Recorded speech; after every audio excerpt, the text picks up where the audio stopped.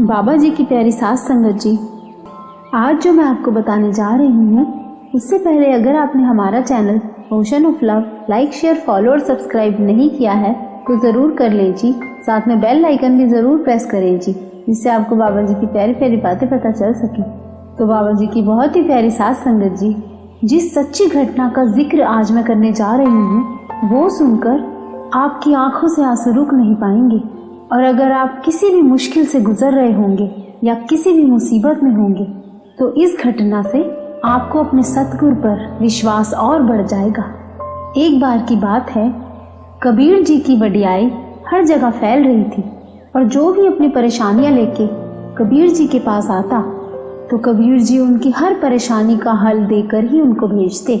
अगर कोई ज्ञानी महापुरुष आते तो उनके साथ भी उनकी परेशानियों पर विचार विमर्श करते और उन सब को अपनी परेशानियों का हल सुलझाकर ही भेजते। अब सारे शहर में, पूरे काशी में कबीर जी की वडियाई होने लगी। साथ संगत जी, इतिहास में लिखा है कबीर जी के यहाँ बहुत गरीबी थी, फिर भी अपनी तरफ से वो किसी को खाली हाथ नहीं भेजते थे। अब जहाँ वडियाई हो वहाँ निंदक भी जरूर होते हैं। अब कबीर जी की वजह से जो वहाँ के ब्राह्मण, ज्योतिष, पंडित थे, उनका तो जैसे बिजनेस ही बंद हो गया था, क्योंकि कबीर जी पहुंचे हुए संत, अब उनके आगे कोई कैसे भला टिक सकता था। अब वो सब लोग ईर्ष्या की वजह से कबीर जी की इतनी वडियाई देख नहीं पा रहे थे, तो उन्होंने कबीर जी को नीचा दिखाने के लिए षड्यंत्र शुरू कर दिए। तो जब भी वो कबीर जी को तंग करने की कोशिश करते या उनको नीचा दिखाने की कोशिश करते तो हर बार असफल हो जाते। अब उन्हीं पंडित, ज्योतिष, ब्राह्मणों में से एक ब्राह्मण कबीर जी के घर के पास से उनकी बातें सुनते हुए निकला। जिन लोगों को किसी का नुकसान करना होता है ना, तो वो पहले घर का भेद भी लेते हैं। उसी तरह से वो ब्राह्मण भी घर के आगे से उनकी बातें सुनते हुए निकला। और जब वो घर के बाहर खड़े होकर कान लगाकर सुन रहा था तो माता लोई जी कबीर जी से कहती है कि घर में एक भी अन्न का दाना नहीं है। अगर घर में कोई मेहमान आ गया तो हम क्या करेंगे? हम तो फिर भी भूखे रह लेंगे, पर कोई साधु महात्मा, कोई महापुरुष आ गए तो हम क्या करेंगे? उन्हें क्या खिलाएंगे? अब वो ब्राह्मण बाहर खड़ा सब सुन रहा था। तो उसने माता लोई जी और कबीर जी के बीच हुई सारी बात सुनी और दूसरे निंदकों को जाकर बता दी।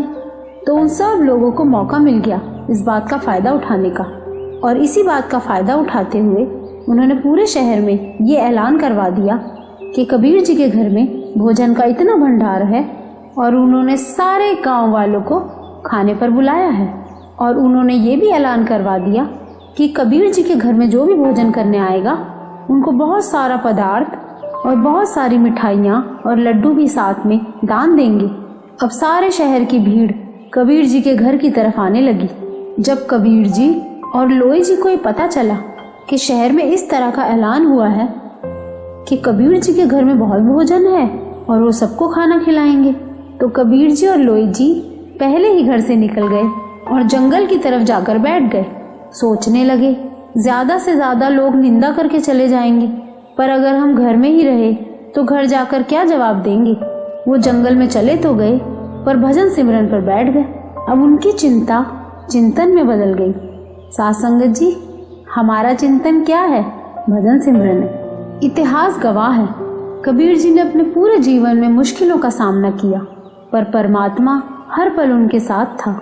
इतनी मुश्किल उनके जीवन में इसलिए आती थी क्योंकि वो सच की राह पर चलते थे। कबीर जी का जन्म मुस्लिम घर में हुआ, पर जपते थे वो राम राम। वहाँ मेरे सदगुरु। अब कबीर जी के सारे निंदक परेशान कि कबीर जी तो जंगल में जाके बैठ गए।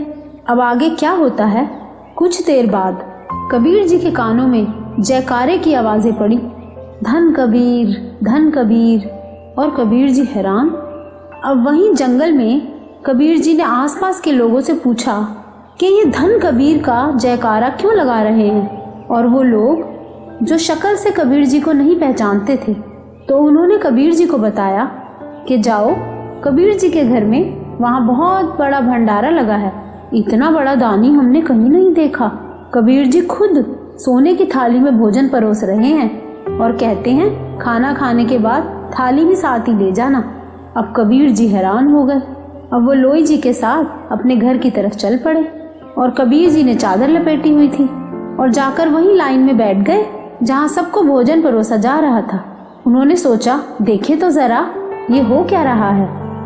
अब कबीर जी के सामने एक और कबीर जो खुद राम थे और खाना परोस रहे थे, और वो चादर लपेटे हुए कबीर जी को बोले कि संभाल ये सारा काम, अब हम चलते हैं।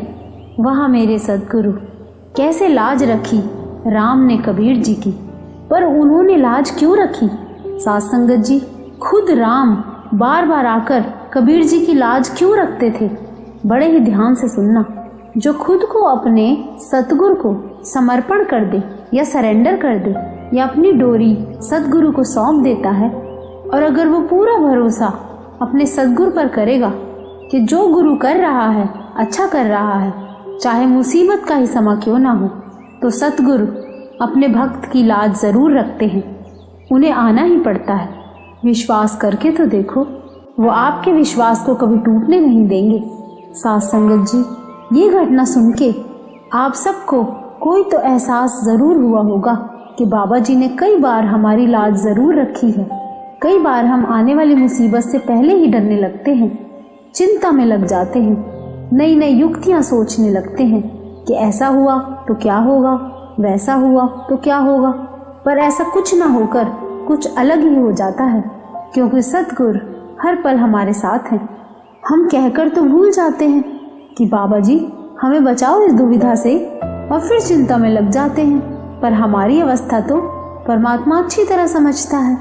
बाबा जी कहने से पहले ही सारी सिचुएशन संभाल लेते हैं और हमारी आंखों से शुक्राने के आंसू बह जाते हैं। बाबा जी की प्यारी साध संगत जी, सबके साथ हिडन मिरेकल हुए होते हैं। हिडन मिरेकल ऐसे चमत्कार जो सिर्फ हम महसूस कर पाते हैं पर किसी को बता नहीं पाते, क्योंकि बाबा जी की मेहर तो हजम करनी चाहिए। तो बाबा जी की प्यारी साध संगत जी, अगर किसी का कोई भी काम नहीं हो पा रहा है या बिगड़ रहा है तो टेंशन बिल्कुल नहीं लेनी चाहिए, क्योंकि लॉन्ग टर्म में या लंबे समय बाद हमें ये रियलाइज ज़रूर होता है कि जो हमारा काम नहीं बना तो वो हमारे लिए सही नहीं था।